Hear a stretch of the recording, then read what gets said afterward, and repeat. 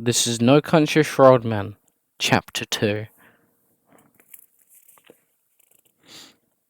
I don't know if law enforcement work is more dangerous now than what it used to be or not. I know when I first took office, you'd have a fist fight somewheres, and you'd go to break it up and they'd offer to fight you. And sometimes you'd had to accommodate them. They wouldn't have it no other way, and you'd better not lose either way. You don't see that so much no more. But maybe you see worse. I had a man pull a gun on me one time, and it happened that I grabbed it just as he went to fire, and the plunger on the hammer went right through the fleshy part of my thumb. You can see the mark of it there. But that man had ever intention of killing me a few years ago, and it wasn't that many either. I was going out of one of these little two-lane blacktop roads of a night, and I come up on a pickup truck that they was two old boys sitting in the bed of it. They kindly blinked in the lights, and I backed off some, but the truck had Coahuila plate on it, and I thought, well, I need to stop these old boys and take a look. So I hit the lights, and whether I done that, I seen the slider window in the back of the cab open, and here comes somebody passing a shotgun out the window to the boy sitting in the bed of the truck. I'll tell you right now, I hit them brakes with both feet. It skidded the unit sideways to where the light was going out into the bush, but the last thing I seen in the bed of the truck was the old boy putting that shotgun to his shoulder. I hit the seat and I just had hit it when here come the windshield all over me. Them little bitty pieces they break up into. I still had one foot on the brake, and I could feel the cruiser sliding down into the bar ditch, and I thought it was going to roll, but it didn't. It filled the car just full of dirt. The old boy he opened up on me twice more and shot all the glass out of one side of the cruiser, and by then I'd come to a stop, and I laid there in the seat, had my pistol out, and I heard that pickup leave out, and I raised up and fired several shots all at the tail lights, but they was gone. Point being, you don't know what you're stopping when you do stop somebody. You take out on the highway, you walk up to a car, and you don't know what you're liable to find. I sat there in that cruiser for a long time. The motor had died, but the lights were still on. Cab full of glass and dirt. I got out and kindly shook myself off and got back in and just sat there, just kindly collecting my thoughts. Windshield wipers hanging in on the dashboard.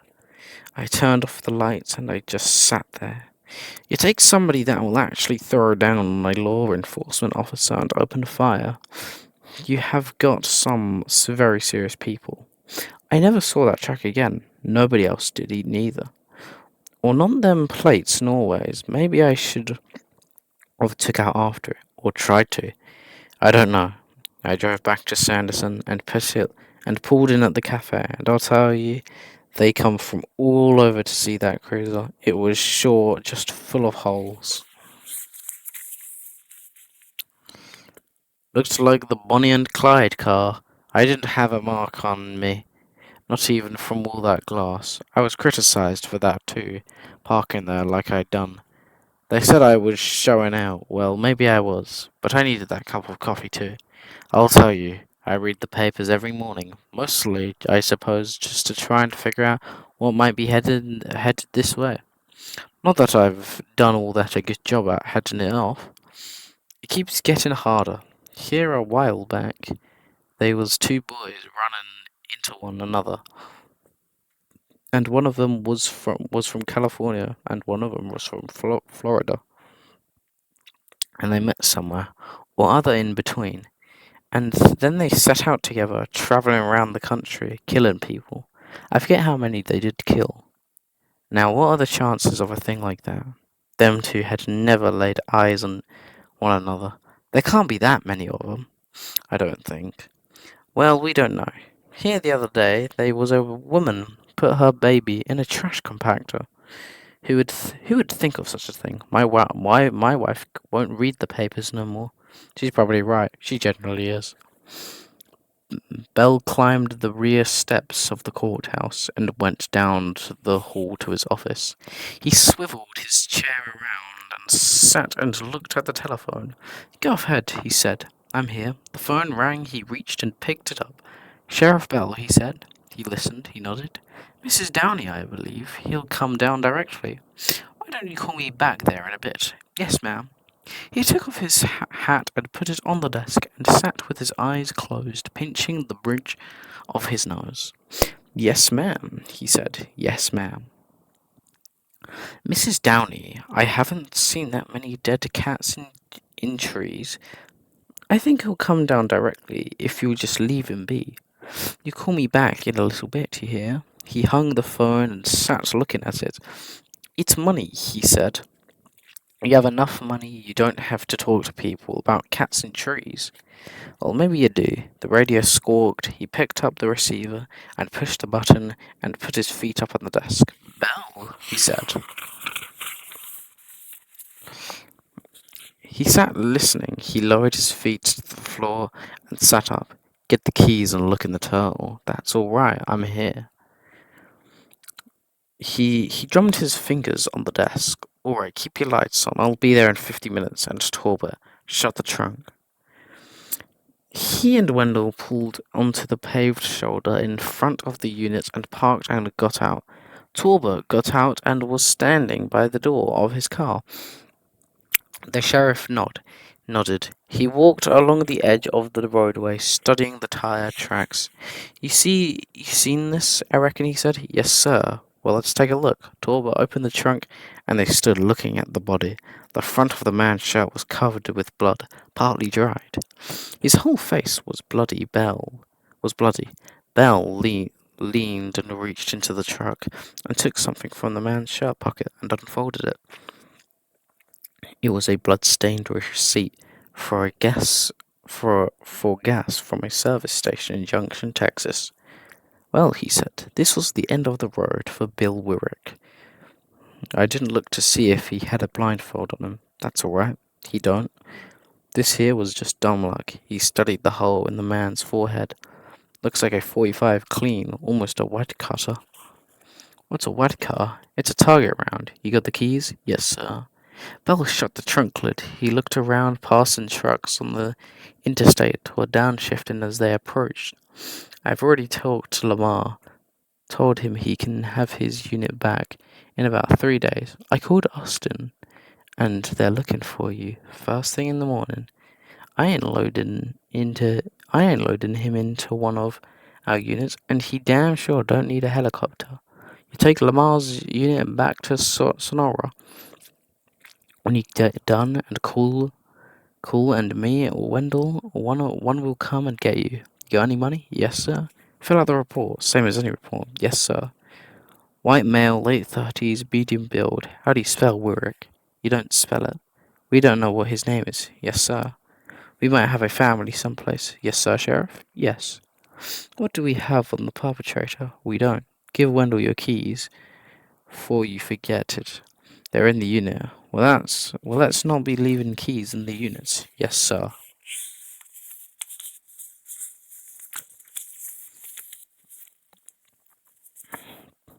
I'll see you in 2 days' time. Yes, sir. I hope that son of a bitch is in California. Yes, sir. I know what you mean. I got a feeling he ain't. Yes, sir. I do too. Wendell, you ready? Wendell leaned and spat. Yes, sir. He said. I'm ready. I'm ready. He looked at Torbert. You get stopped with that old boy in the turtle, just tell him you don't know nothing about it. Tell him somebody must put him in there while you was having coffee. Torbert nodded. You and the sheriff going to come down and get me off of death row. If we can't get you out, we'll get in there with you. You all don't be making light of the dead that way, Bell said. Wendell nodded. Yes, sir, he said. You're right. I might be one myself someday, driving out 90 Wore the turnoff at Dryden, he came across a hawk dead in the road. He saw the feathers smooth the wind. He pulled over and got out, and walked back and squatted in his boot heels, and looked at it. He raised one wing, and let it fall again. Cold yellow eye, dead to the blue, vault above them.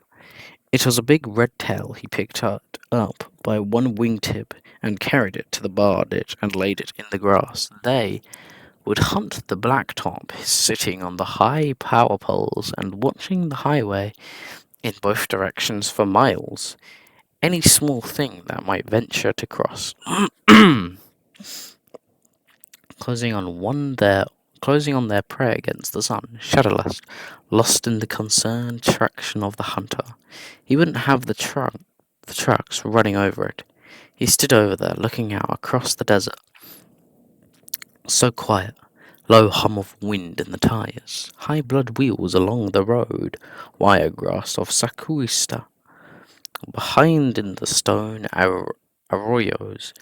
The tracks of dragons, the raw rock mountains shadowed in the late sun, and to the east the shimmering abscissa of the desert plains were under a sky where rain curtains hung dark as soot all along the quadrant. That God lives in silence, who has scoured the following land with salt and ash.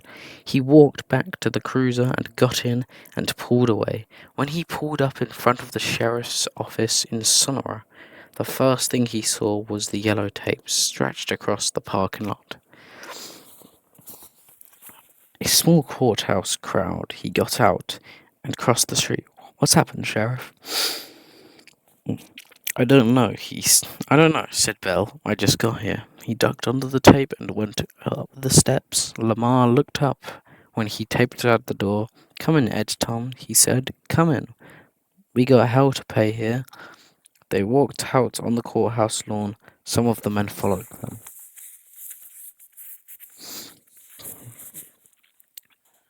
You all go on, said Lamar. Me and the sheriff here need to talk.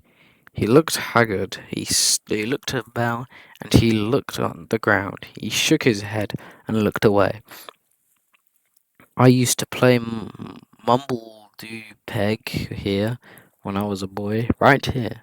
These youngsters today, I don't think would even know what that it was.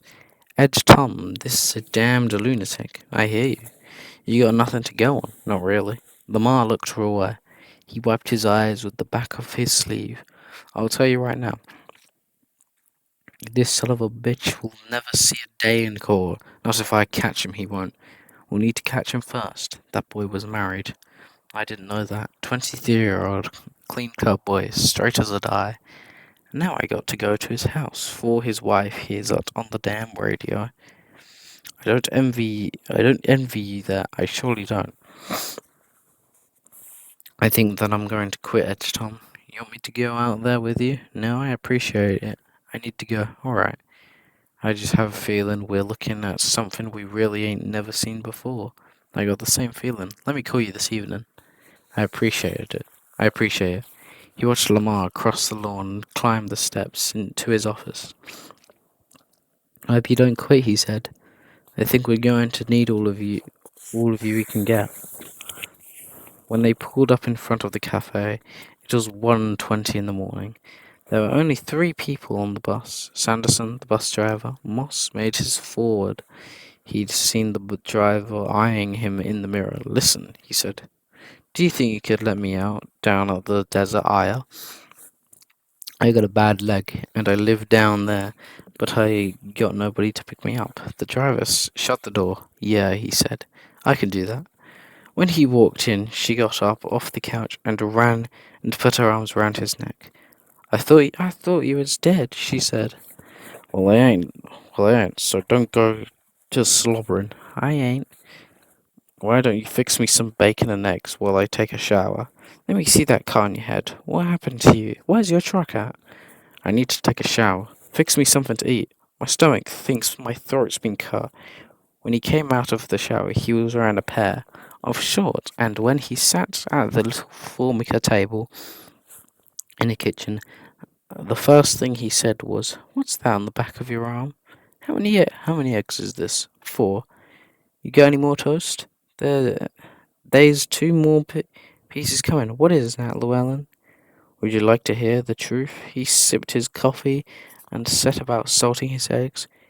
"You ain't going to tell me, are you?" "No, no. What happened to your leg?" "It's broke out in a rash." She buttered the fresh toast and put it on the plate. I, and sat in the chair opposite. "I like to eat breakfast of a night," he said. "Takes me back to my bachelor days. What is going on, Llewellyn?" "Here's what's going on, Carla Jean. You need to get your stuff packed and be ready to roll out here come daylight. Whatever you leave, you ain't going to see it again. So if you want it, don't leave it. If you want it, don't leave it. There's a there's a bus leaves out here at 7:15 in the morning. I want you to go to Odessa and wait there until I can call you." She sat back in the chair and watched him. "You want me to go to Odessa?" he said. "That's correct."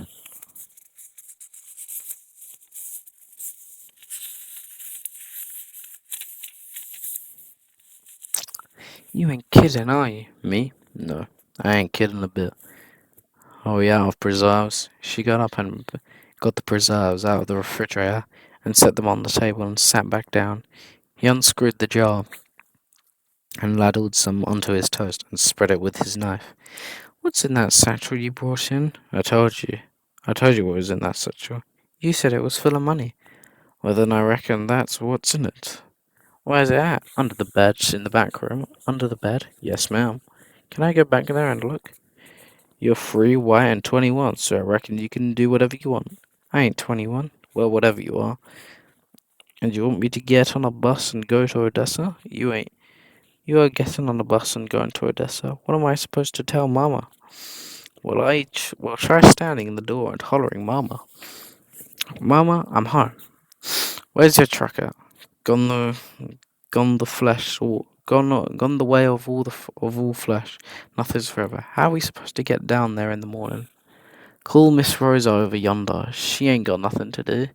"Well, what have you done, Llewellyn?" "I robbed the bank at Fort Stockton." "You're a lying sack of you. You know what? If you ain't going to believe me, you asked me for, you need to get back on there and get your stuff together. We got about 4 hours till daylight. Let me see that thing on your arm. You done seen it. Let me put something in it. Yeah, I think there's some buckshot salve in the cabinet if we ain't out. Will you go on and quit aggravating me? I'm trying to eat." "Did you get shot?" "No, I just said that to get you stirred up. Go on now."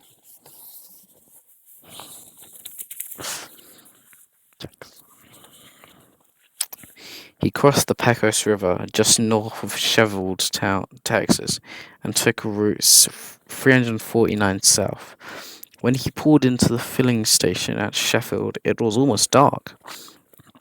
A long red twilight with doves crossing the highway, heading south towards some ranch tanks. He got he got change from the proprietor and made a phone call and filled the tank and went back in and paid. You ain't getting any rain up your way," the proprietor said. "Which way would that be?" "I seen yours from Dallas." Shiger picked his change up from the counter. "And what business is that of yours, where I'm from, friendo?" "I didn't mean nothing by it." "You didn't mean nothing by it. I was just passing the time of day. I guess that passes for manners in in your cracker view of things." "Well, sir, I apologize if you don't want to accept my apology. I don't know what else I can do for you." "How much are there, sir?" I said, "How much are these?"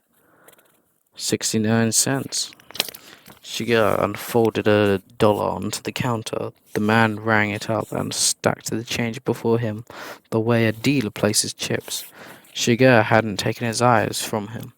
The man looked away. He coughed. Shigeru opened the plastic package of cashews with his teeth and doled a third part of them into his palm and stood eating.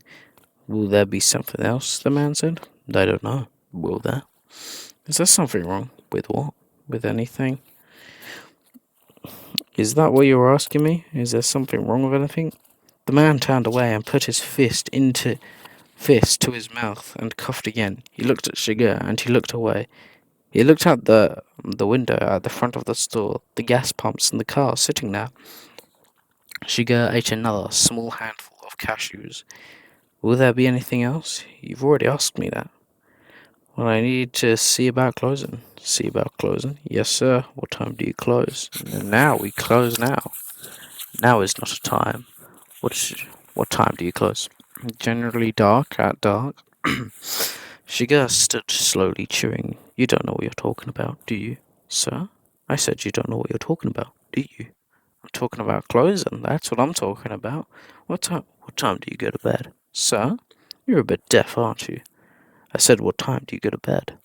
Well, I'd say around 9:30, somewhere around 9:30. Shiga poured more cashews into his palms, and I could come back then, I said. We'll be closing then. That's all right. Well, why would you be coming back? We'll be closed. You said that. Well, we will. You live in the house behind the store? Yes, I do. You lived there all your life? The proprietor took a while to answer. This was my wife's father's place, he said originally. You married into it? We lived in Temple, Texas for many years, raised a family there in Temple. We come out here for about 40 years ago. You're married into it. If that's the way you want to put it, I don't have some way to put it. That's the way it is. Well, I need to close now. Shigeru poured the last of the cashews into his palm and weighted the little bag and placed it on the counter. He stood oddly erect, chewing. You seem to have a lot of questions, the proprietor said. For somebody that don't want to say where it is they're from. What's the most you ever saw lost on a coin toss? Sir? I said, what's the most you ever saw lost on a coin toss? Coin toss? Coin toss. I don't know. Folks don't generally bet on a coin toss. It's usually more like just to settle something. What's the biggest thing you ever saw settled? I don't know. Shigeru took 25-cent pieces from his pocket and flipped it, spinning into the blurrish glare of the fluorescent lights overhead. He caught it and slapped it onto the back of his forearm, just above the bloody wrappings. Call it, he said. Call it? Yes. For what? Just call it. I need to know what it is we're calling here. How would that change anything? The man looked at Shigeru's eyes for the first time, blue at as lapis, at one glistening and totally opaque, like wet stones. You need to call it, Shigeru said. I can't call it for you. I can't call it for you. It wouldn't be fair. It wouldn't be right. Just call it. I didn't put nothing up. Yes, you did. You've been putting it up your whole life. You just didn't know it. You know what the date is on this coin? No? It's 1958. It's been travelling 22 years to get here. And now, it's here. And I'm here. And I've got my hand over it. And it's either heads or tails. And you have to say it. Call it. I don't know what it is I stand to win. It's the blue light. The man's face beaded thinly with sweat. He licked his upper lip. You stand to win everything, Shigeru said. Everything? You ain't making any sense, mister. Call it. Heads. Heads, then. Shigeru uncovered the coin. He turned his arms slightly for the man to see. Well done, he said. He picked up the coin from his wrist and handed it across. What do I do with that? Take it. It's your lucky coin. I don't need it. Yes, you do. Take it. The man took the coin. I got too close now, he said. Don't put it in your pocket. Sir? Don't put it in your pocket. Oh, where do you want me to put it? Don't put it in your pocket. You know which one it is, all right. Anything can be an instrument, Shigeru said. Small things you wouldn't even notice. They pass from hand to hand. People don't pay attention. And then one day there's an accounting. And after that, nothing is the same. Well, you say. It's just a coin, for instance. Nothing special there. What could that be an instrument of? You see the problem to separate the act from the thing, as if the parts of some moment in history might be interchangeable with the parts of some other moment. How could that be? Well, it's just a coin. Yes, that's true, is it? Shigeru cupped his hand and scooped his change from the counter into his palm and put the change in his pocket. Ah, and turned and walked out to the door, and the proprietor watched him get into the car. The car started and pulled off from the gravel apron onto the highway south. Ah, the lights never did come on, he said, the coin on the counter, and looked at it. He put both hands on the counter and just stood leaning there with his head bowed. When he got into Dryden, it was about 8 o'clock. He sat at the intersection in front of Conjur's Feedstone, with the lights off and the motor running. Then he turned the lights on and pulled out on Highway 90, headed east. The white marks at the side of the road when he found them looked like surveyor's marks, but there were no numbers, just the chevrons. He marked the mileage on the odometer and drove another mile and slowed and turned off the highway. He shut off the lights and left the motor running and got out and walked down and opened the gate and came back. He drove across the bars of the cattle guard and got out and closed the gate again and stood there listening. Then he got in the car and drove out down the rustled track. He followed a south-running fence, the ford wallowing over the bad ground. The fence was just an old remnant, 3 wires strung on mesquite posts in a mile or so. He came out on a gravel plain where a Dodge Ram Charger was parked, facing toward him. He pulled slowly alongside it and shut down the engine. The Ram Charger's windows were tinted so dark that they looked black. Shigeru opened the door and got out. A man got out on the passenger side of the Dodge and folded the seat forward and climbed into the rear. Shigeru walked around the vehicle and got in and shut the door. Let's go, he said. Have you talked to him? The driver said. No. No. He don't know what's happened. No, let's go. They rolled out across the desert in the dark. When do you aim to tell him? The driver said. When I know what it is that I'm telling him. When they came to Moss's truck, Shigeru leaned forward to study her. Is that his truck? That's it. Plates is gone. Pulled up here.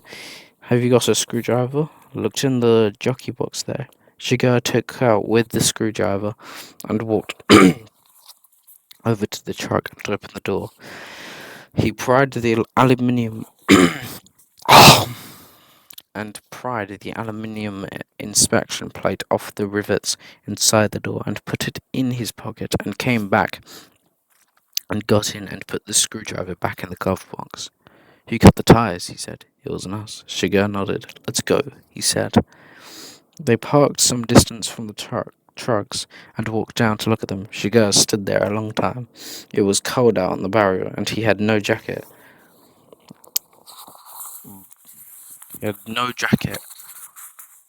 But he didn't seem to notice. The other 2 men stood waiting. He had a flashlight in his hand and he turned it on and walked among the trucks and looked at the bodies. The 2 men followed at a small distance. Whose dog? Shigeru said. We don't know. He stood looking at the dead man slumped across the console of the Bronco. He shone the light into the cargo space behind the seats. Where's the box? He said. It's in the truck. You want it? Can you get anything on it? No, nothing. Not a bleep. Shigeru studied the dead man. He jostled him with his flashlight. There are some ripe petunias, one of the men said. Shigeru didn't answer. He backed out of the truck and stood looking over the in the moonlight, dead quiet. The man in the Bronco had not been dead for 3 days or anything like that. Like it.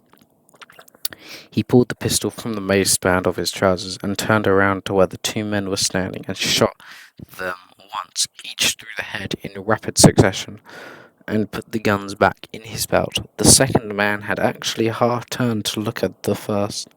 As he fell, Shigeru stepped between them and bent and pulled away the shoulder strap from the second man and swung up the 9mm Glock he had been carrying and walked back out to the vehicle and got in and started it and backed around and drove up the caldera and back toward the highway. And that was the end of chapter 3. I hope you all enjoyed my reading. I wasn't very as good this time because I'm a little bit tired. It's 12:30 in the morning, which I'm tired. I've been staying up very late lately, so maybe next time I'll try and read it a little bit earlier, which I don't know if I can really do, but we'll never know. And yeah, I just brushed my teeth, so the toothpaste is kind of filling my lungs. But other than that, that was very good. I enjoyed that chapter. He had the iconic coin toss scene. Absolutely iconic. Everyone knows the coin toss scene from No Country for Old Men. Iconic. Very good. Very good stuff. And the next chapter will be chapter 3, which I wonder how long it is. Because this chapter was about half the length of chapter 1. 30 minutes. So yeah. I hope you all enjoyed that very much. Alright. Ah, by the way. Winter Pops. Well, that's about it. See ya.